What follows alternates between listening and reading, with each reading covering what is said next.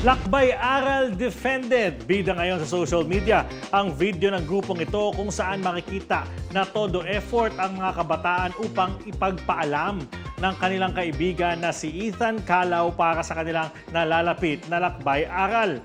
Bumenta naman ito sa puso ng mga nakapanood na may strict parent dahil ito daw ang tunay na walang iwanan at nagpapakita ng pagmamalasakit. Ang iba naman ay nakaramdam ng inggit at lungkot dahil ayon sa kanila, hindi daw nila ito mararanasan. Ang mga mommy at daddy naman na nakapanood ng video ay napasana all dahil sana daw makahanap din ng ganyang klase ng kaibigan ang kanilang mga anak.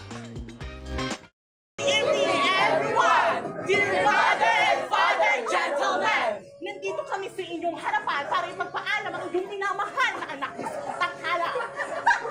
Sana darating na Lakbay 2025! Saan pupuntahan? Sa Pangasinan! Bakit ba karapat-rapat makasama si Ethan Calao sa Pangasinan? Unang rason! Dahil ito ay isang spiritual activity. Pangalawang rason! Dahil hindi pa siya nakakasama simula ng grade 8. Pangatlong rason! Dahil ito na ang last year namin pagkakasama. At ito pa, ibabalik namin si Ethan Calao ng buhay, masaya at buo. Sa halagang 1,000